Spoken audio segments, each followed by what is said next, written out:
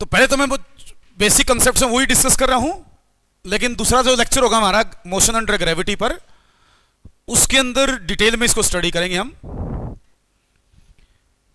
अब ये तो ऊपर से नीचे आने का टाइम, नीचे आते वक्त की वेलोसिटी, ये मैंने निकाल दी। अब मैं बात करता हूं, अगर बॉडी को नीचे से ऊपर की तरफ प्रोजेक्ट किया जाए विद सम इनिशियल वेलोसिटी। अब इसके बारे में पूछेंगे कि आपने बॉडी को नीचे से ऊपर फेंक दिया तो ये मैक्सिमम हाइट कितनी कवर करेगी, एक तो ये पूछा जाता है। एक मैक्सिमम हाइट तक जाने का टाइम क्या होगा, तो वो हमने दो चीजें इसमें बतानी है आपको। तो बेटा एक चीज देखो, जब आपने बॉडी को ऊपर की तरफ प्रोजेक्ट किया है तो उसके अंदर acceleration due to gravity downward है, जी की वैल्यू डाउनवर्ड है। बॉडी ऊपर जाएगी, जी नीचे लगेगा, इसका मतलब बॉडी रिटार्ड करेगी, रिटार्डेशन होगा। रिटार्डेशन होगा तो स्पीड घटेगी, और जिस पॉइंट पर बॉडी की वर्टिकल वेलोसिटी जीरो हो जाएगी वो पॉइंट कहलाएगा हाईएस्ट पॉइंट। जिस पॉइंट पर vertical velocity of the body zero हो जाएगी वो कहलाएगा हाईएस्ट पॉइंट। मान लीजिए ये हाईएस्ट पॉइंट है ए, इसकी हाइट एच, हाइट में इसकी एच मान लेता हूं। ये मान लो ओ पॉइंट है, ग्राउंड पर मैं ओ पॉइंट ले लेता हूं। तो ओ से ए तक जाने का टाइम, ओ से ए की हाइट, ये चीजें हमसे पूछेगा। अब इसको निकालना है। ये देखो, यू ऊपर, जी नीचे, एच ऊपर। एच मतलब डिस्प्लेसमेंट, यू मतलब इनिशियल वेलोसिटी, जी मतलब एक्सेलरेशन। तो बेटा दो वेक्टर ऊपर हैं, एक वेक्टर नीचे है, तो मैं ऐसा करता हूं, इनिशियल डायरेक्शन ऑफ मोशन को पॉजिटिव ले लेता हूं, तो जी नेगेटिव हो जाएगा। कोई जरूरी नहीं आप जी को भी पॉजिटिव मान सकते हैं, मैं कन्वेंशन ले रहा हूं कि अपवर्ड डायरेक्शन पॉजिटिव तो डाउनवर्ड नेगेटिव। तो अब मैं जी को तो नेगेटिव लूंगा, यू और एच को पॉजिटिव लूंगा। तो मुझे टाइम निकालना है और एच निकालना है। तो एच निकालने के लिए मेरे पास इक्वेशन है v square minus you square is equal to 2s। इसमें v zero, a minus g और s is equal to h. Displacement h हो गया, यू वेलोसिटी ऊपर है, एक्सेलरेशन नीचे है, और फाइनल वेलोसिटी जीरो है, क्योंकि हाईएस्ट पॉइंट का मतलब यही होता है जहां फाइनल वेलोसिटी जीरो हो।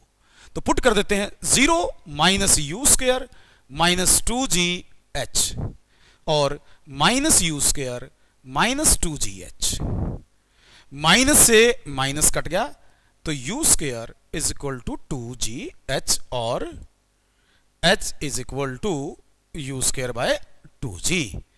ये आ गई हाइट या maximum height covered by the projectile. Not projectile, projectile तो आगे पढ़ेंगे हम। तो बॉडी को हमने ऊपर की तरफ प्रोजेक्ट किया तो इस बॉडी ने मैक्सिमम हाइट इतनी कवर करनी है जो यू के ऊपर डिपेंड करेगी। ऐसे ही टाइम पूछेगा वहां तक जाने का, तो टाइम निकालना है ऊपर तक जाने का। तो v0 initial velocity u, acceleration c। तो टाइम निकालना है तो v is equal to u plus a t. आप इसका यूज कर लें।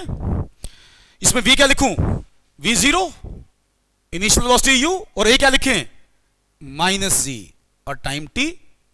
तो बेटा G T equal to U और t equal to u by G. तो ये आ गया आपका रिक्वायर्ड आंसर। हाईएस्ट पॉइंट तक जाने का टाइम आपने निकाल दिया, हाईएस्ट मैक्सिमम हाइट निकाल दी, टाइम ऊपर तक जाने का कैलकुलेट कर लिया आपने। दो चीजें तो ये पूछेगा आपसे, इसके अलावा दो चीजें और पूछेगा। एक ये पूछेगा कि बॉडी गई फिर वापस भी तो आएगी ना, तो वापस कितने टाइम में आएगी। जब वापस आएगी तो उसकी वेलोसिटी क्या होगी, ये बातें और आपसे पूछी जा सकती हैं। तो वापस आने का टाइम, वापस आते वक्त ग्राउंड पर जब टकराएगी तो उस टाइम की वेलोसिटी, वो भी आपको कैलकुलेट करनी पड़ेगी। वैसे तो अगर आप याद कर पाए तो बेटा अगर एयर रेजिस्टेंस ना हो तो जितना टाइम ऊपर जाने का होता है उतना टाइम वापस नीचे आने का होता है। ऊपर जाने का टाइम और नीचे आने का टाइम बराबर होते हैं अगर एयर रेजिस्टेंस नेगलेक्ट किया जाए तो। लेकिन आपको बोल देगा प्रूव करके दिखाओ कि जाने का टाइम u बाई जी है तो आने का टाइम भी u बाई जी होगा, प्रूव करो। तो एक तो मैं सोल्व कर दूंगा मैं तो इसको, लेकिन आप याद रखें ऊपर जाने का टाइम नीचे आने का टाइम बराबर होते हैं। दूसरी बात, जब बॉडी ऊपर जाएगी और फिर जब वापस आएगी तो जिस वेलोसिटी से गई थी उसी वेलोसिटी से वापस आएगी। जो आपको at the time of projection ऊपर की तरफ वेलोसिटी थी, आते वक्त उतनी ही वेलोसिटी से नीचे की तरफ टकराएगी बॉल आके। ये भी प्रूव करेंगे हम, वैसे ध्यान रखना है, ये बार बार यूज होता कॉन्सेप्ट। तो मैं कैलकुलेट करता हूं वापिस आने का टाइम और वापिस आते वक्त की वेलोसिटी। वो देखो, अब वापिस की जो डाउनवर्ड मोशन है उसकी बात हो रही है इस टाइम पर। मैं डाउनवर्ड मोशन को एक सेकंड इवेंट के तौर पे कंसीडर कर लेता हूं। अब जब मैं केवल सेकंड मतलब डाउनवर्ड मोशन की ही बात करूं तो u 0, क्योंकि एक बार रुकेगी फिर वापस आएगी। g नीचे, डिस्प्लेसमेंट h हुआ था, क्योंकि h गई थी तो h आना भी है, तो मुझसे आने का टाइम ये पूछ रहा है, तो s is equal to ut plus half at square. इसका मैं यूज करूंगा, s का मतलब h हो जाएगा वापिस आने पर। उल्टी आप केवल डाउनवर्ड मोशन को सोचो तो s की जगह h, जब वापिस चली तो u 0, a की जगह g, नीचे की तरफ टाइम आपको निकालना है। अब h हमने पहले वाले क्वेश्चन में निकाल दिया था, u स्क्वायर बाई 2g, तो u square by 2g is 1/2 gt square, और 1/2 से 1/2 गया, ये g इधर ले आओ, u square by g square is equal to t square. t निकालना है तो अंडरूट ले लो, तो u by g is equal to t. ये आ गया वापिस आने का टाइम, ये वापिस ग्राउंड तक पहुंचने का टाइम आ गया। तो मैंने क्या कहा था, जितना टाइम ऊपर जाने में लगेगा उतना ही टाइम वापिस नीचे आने में लगेगा। तो ये आपको याद तो रखना ही रखना है, लेकिन क्लास के पेपर में प्रूव करना भी पड़ सकता है कि बताइए कि जितना टाइम ऊपर जाने का है उतना टाइम नीचे आने का है। तो इसमें क्या करो, पहले अपवर्ड मोशन स्टडी करो, फिर डाउनवर्ड मोशन स्टडी करो, अपवर्ड हाइट निकालो, फिर उस हाइट का यूज करके नीचे आने का टाइम निकाल दो। इस इक्वेशन का यूज करते हुए आंसर आपका आ जाएगा। एक आपसे ये पूछ सकता था कि u वेलोसिटी से बॉडी को फेंका, तो जाने और आने का टोटल टाइम बताओ, जाने और आने का टोटल टाइम। तो जाने और आने का total time u by G जाना और u बाई जी वापिस आना, तो t is equal to 2u by G. ये जाने और आने का टोटल टाइम है। जितना टाइम जाने में लगा वापस आने में भी उतना ही टाइम लगेगा, तो total time 2u by G. तो इनिशियल वेलोसिटी क्या है उसके ऊपर डिपेंड करेगा कि टोटल टाइम कितना लगता है। बातें क्लियर हैं अभी तक? ये तो टाइम की बात हुई। मैंने ये भी तो कहा था ना कि जिस वेलोसिटी से फेंकोगे उसी वेलोसिटी से वापस आएगी बॉडी। अगर ये प्रूव करना हो कि जितनी वेलोसिटी से फेंका था उतनी ही वेलोसिटी वापस आते वक्त भी होगी, तो 2-3 मेथड है इसके सोल्व करने के। मैं इसको डाउनवर्ड मोशन के लिए ही एक एज अ इवेंट कंसीडर करके इसकी वेलोसिटी निकालता हूं ग्राउंड पर टकराते वक्त। तो जब बॉडी वापस चली है तो u 0 है, एक्सेलरेशन नीचे है, डिस्प्लेसमेंट h है, टाइम u बाई जी है। तो मैं कह रहा हूं 2-3 मेथड है इसके निकालने के कि फाइनल वेलोसिटी कितनी होगी। तो मैं ऐसा कर लेता हूं, मैं v is equal to u plus a t का यूज कर लेता हूं। v is equal to u plus a t, तो v is equal to u plus a t. इसमें u 0 है, a g के बराबर है और t u बाय g है। केवल डाउनवर्ड मोशन की बात हो रही है, यह बात ध्यान रखना। तो जब चली है वापस तो u 0 है, तो v मुझे निकालना है, तो v is equal to 0 plus G into U by G. G से g कटेगा तो v is equal to U आ गया। इसका मतलब जब बॉडी ग्राउंड पे पहुंचेगी तो इसकी वेलोसिटी u के बराबर होगी। तो जिस वेलोसिटी से फेंका था उसी वेलोसिटी से, मतलब उतने ही मैग्नीट्यूड से नीचे की तरफ बॉडी आएगी। ये मोशन अंडर ग्रेविटी में पॉइंट ध्यान रखने हैं आप लोगों को। तो टाइम जाने का और आने का बराबर है, जाते और आते वक्त वेलोसिटी भी बराबर होती है। ये तो बिल्कुल ही बेसिक बातें हैं, ये आपके क्लास में 9th में भी आप शायद पढ़ते होंगे इन चीजों को। अभी कोई डिटेल नहीं बता रहा मैं आपको, ये कुछ चीजें मैं डायरेक्ट आगे यूज करूंगा, इसके लिए मैंने ये बताया आप लोगों को। अब मैं कंसेप्ट लेता हूं जिसमें डिस्कस करूंगा मैं एयर रेजिस्टेंस कंसिडर करूं, एयर रेजिस्टेंस, जैसे मैंने कहा था अभी नॉर्मली हम एयर रेजिस्टेंस नहीं मानते। एक क्वेश्चन बनता है, आपसे ये पूछेगा कि अगर एयर रेजिस्टेंस लिया जाए, कंसिडर किया जाए, तो उस केस में जाने का टाइम, वापस आने का टाइम, जाते और आते वक्त की वेलोसिटी, उनमें रिलेशन डिस्कस करो। तो अब मैं एयर रेजिस्टेंस को कंसिडर करूंगा, उसके बेस पे क्वेश्चन सॉल्व करूंगा। वो देखो बेटा, मान लो आपने एक बॉल को u वेलोसिटी से ऊपर की तरफ प्रोजेक्ट किया, एक्सेलरेशन ड्यू टू ग्रेविटी नीचे होगा। लेकिन अब की बार ये कहा गया, आपको क्वेश्चन ये दिया गया है कि अपने एयर रेजिस्टेंस कंसिडर करना है। एक तो ये बात याद रखें, एयर के कारण जो भी अपोजिंग फोर्स लगेगा, जो भी रेजिस्टेंस एयर ऑफर करेगी, वो हमेशा डायरेक्शन ऑफ मोशन के अपोजिट होगा। मतलब अगर बॉडी ऊपर जाएगी तो एयर का रेजिस्टेंस नीचे होगा, और बॉडी नीचे आएगी तो एयर का रेजिस्टेंस ऊपर होगा। एक तो ये बात ध्यान देनी है, जिस डायरेक्शन में बॉडी चलेगी एयर का रेजिस्टेंस उसके अपोजिट होगा, डायरेक्शन ऑफ मोशन के अगेंस्ट। मैं ये मानूंगा कि ड्यू टू एयर जो रिटार्डेशन है वो कांस्टेंट होगा और ए के बराबर होगा। बॉडी किसी भी डायरेक्शन में जा रही हो, एयर के कारण, केवल एयर के कारण जो रिटार्डेशन है वो ए मानूंगा मैं, और वो चाहे बॉडी ऊपर जाए चाहे नीचे जाए वो ए के बराबर ही होगा।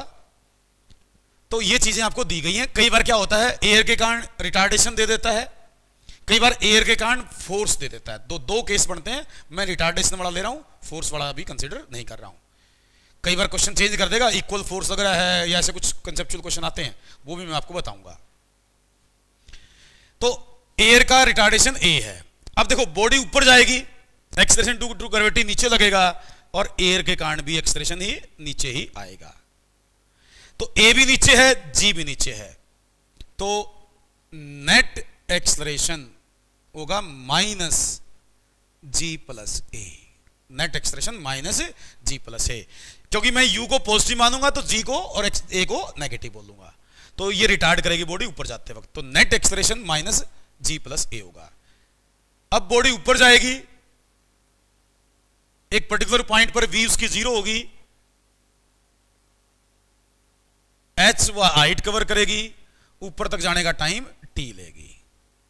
ये मान लो ओ पॉइंट है, ये मान लो ए पॉइंट है। फिर आपसे वही दो बातें पूछेगा, एच बताओ, टी बताओ, टाइम जाने का बताओ और एच बताओ। तो टी निकालना है तो v is equal to u plus a t वाली इक्वेशन यूज करो। तो v कितनी रखूं बताओ भाई? फाइनल पॉइंट पर v 0 है, u कितनी थी?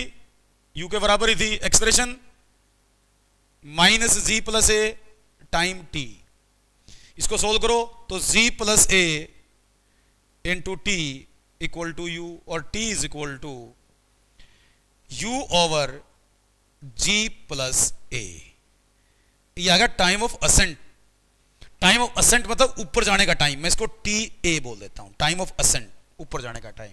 तो u ओवर g प्लस ए, पहले क्या आया था? u ओवर g आया था, अब u ओवर g प्लस ए आया है। ये ऊपर जाने का टाइम हो गया। एक आपसे पूछेगा h बताओ, तो इक्वेशन में यूज करूंगा v square minus u square is equal to 2as। मैं डिस्कस कर रहा हूं motion under gravity with effect of with considering the air resistance.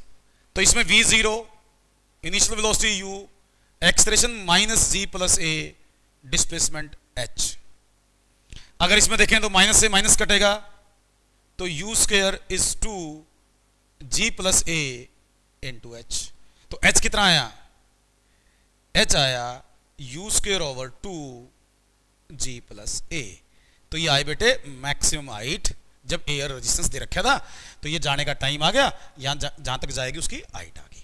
तो ये एयर रेजिस्टेंस के साथ मैं फिर ये कह रहा हूं, इसमें एयर का एक्सेलरेशन या रिटार्डेशन दिया हुआ है, फोर्स नहीं दिया रखा, और ये भी मेंशन किया हुआ है कि ये कांस्टेंट है, तभी आप ये चीज लगा सकते हैं, वरना नहीं आप लगा सकते हैं। फोर्स देगा कई बार एयर का, वो अलग तरीके से मैं निकालूंगा, उसमें फिर बॉडी के मास की अपनी इंपॉर्टेंस होगी। अड़की बॉडी, भारी बॉडी का क्वेश्चन आएगा फिर आपका, तो तो यहां ये सिंपल है, कोई भी बॉडी हो, ए दे रखे अपने को, तो उसके अकॉर्डिंग मैंने ऊपर जाने का टाइम निकाला और मैक्सिमम हाइट निकाली। अब इसमें पूछेगा कि बॉडी चली तो गई, जब ये वापस आएगी तो वापस आने का टाइम बताओ और वापस आते वक्त की वेलोसिटी बताओ। फिर मैं इसको डाउनवर्ड मोशन को एक अलग इवेंट के तौर पर लेता हूं। ये एच हाइट पे जा चुकी है, वापस चली तो u 0 है, लेकिन इसमें g नीचे होगा और a ऊपर होगा। a ऊपर क्यों होगा? a इसलिए ऊपर होगा क्योंकि एयर के कारण जो भी एक्सप्रेशन होता है वो अगेंस्ट मोशन होता है, अगेंस्ट मोशन। बॉडी नीचे आ रही है तो एयर का ऊपर होगा एक्सप्रेशन, बॉडी जब ऊपर जा रही थी तो a नीचे था, तो इसलिए g तो नीचे होगा लेकिन अब की बार a ऊपर होगा। तो नेट एक्सप्रेशन होगा g माइनस a। मैं ये कंसीडर करूंगा कि g is greater than a, g is greater than a, तो इसलिए नेट एक्सप्रेशन डाउनवर्ड ही आएगा लेकिन वैल्यू कम हो जाएगी, वो होगी g माइनस a। अब ये पूछा नीचे आने का टाइम बताओ, नीचे आते वक्त वेलोसिटी बताओ, तो नीचे आने का टाइम और टकराते वक्त की वेलोसिटी।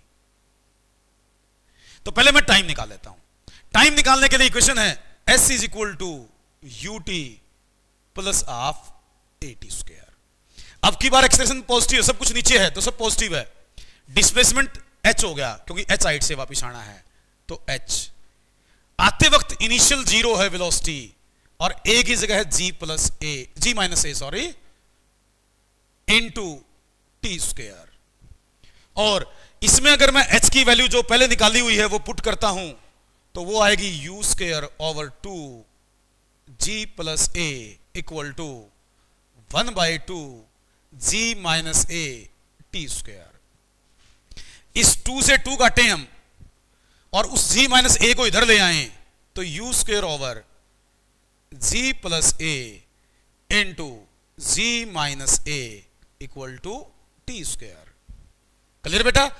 इसको अगर मैं थोड़ा सा रीअरेंज करूं, a square minus b square का फार्मूला इन पर लगाऊं तो इक्वेशन बनेगी u square over g square minus a square equal to t square.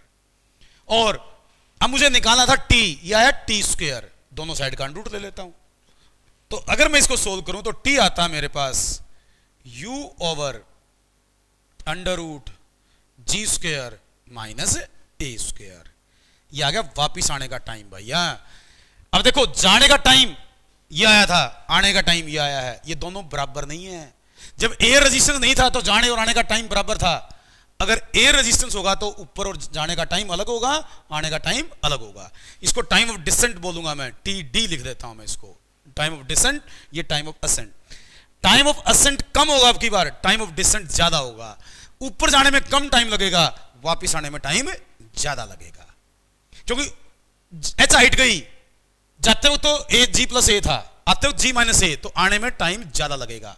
ये क्वेश्चन पूछा जाता है आपसे, अगर एयर रेजिस्टेंस हो तो जाने के टाइम और आने के टाइम में क्या रिलेशन होगा, कौन सा टाइम कम कौन सा टाइम ज्यादा?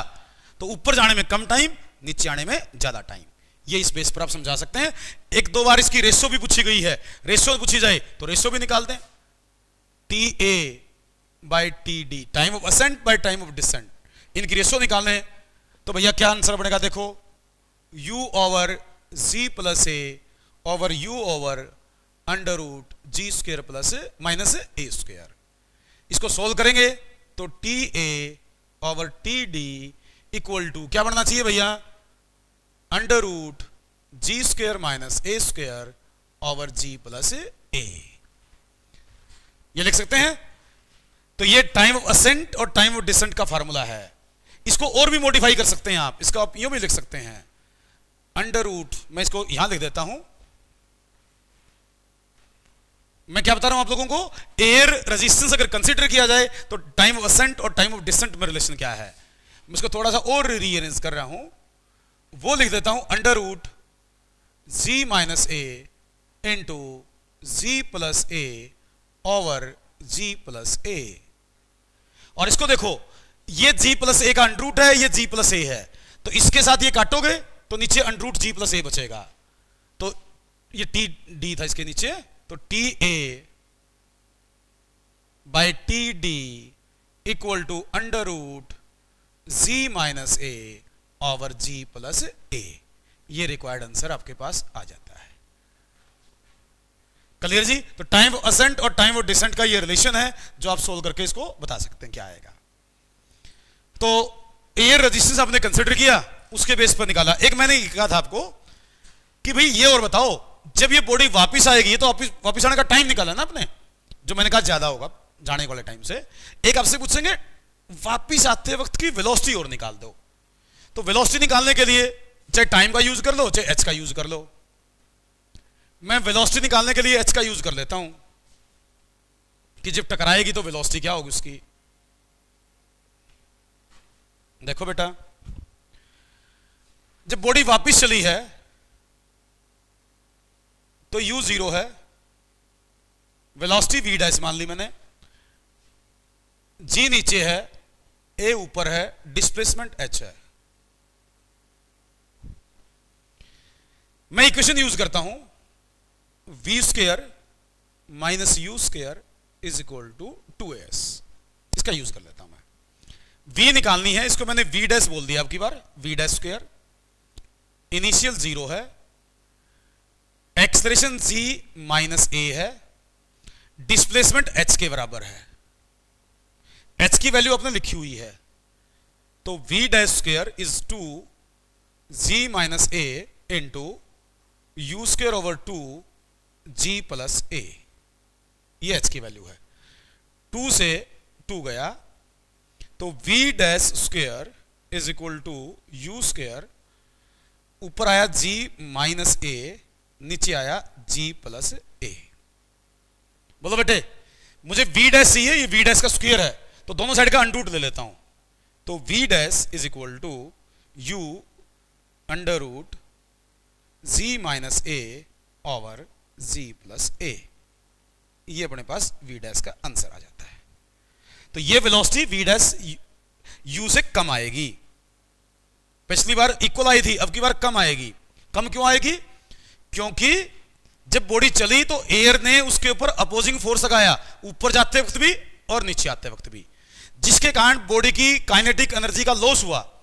उसकी काइनेटिक और पोटेंशियल एनर्जी जो उसके पास थी, जो भी एनर्जी थी उसके पास, वो एयर के रेजिस्टेंस के कारण वेस्ट हो गई हीट वगैरह की फॉर्म में। इसलिए आते वक्त उसकी एनर्जी सेम नहीं रह पाई। एनर्जी सेम नहीं रह पाई तो स्पीड सेम नहीं रह पाई। इसलिए एयर रेजिस्टेंस जब लेंगे तो वापस बॉडी कम स्पीड से टकराएगी, टाइम भी ज्यादा लेगी वापस आने में, स्पीड भी घट जाएगी उसकी, क्योंकि एयर उसकी एनर्जी को वेस्ट करवाएगी हीट वगैरह की फॉर्म में। ये था आपका मोशन अंडर ग्रेविटी, जिसमें मैंने कुछ बेसिक कॉन्सेप्ट्स आपको आज बताए हैं।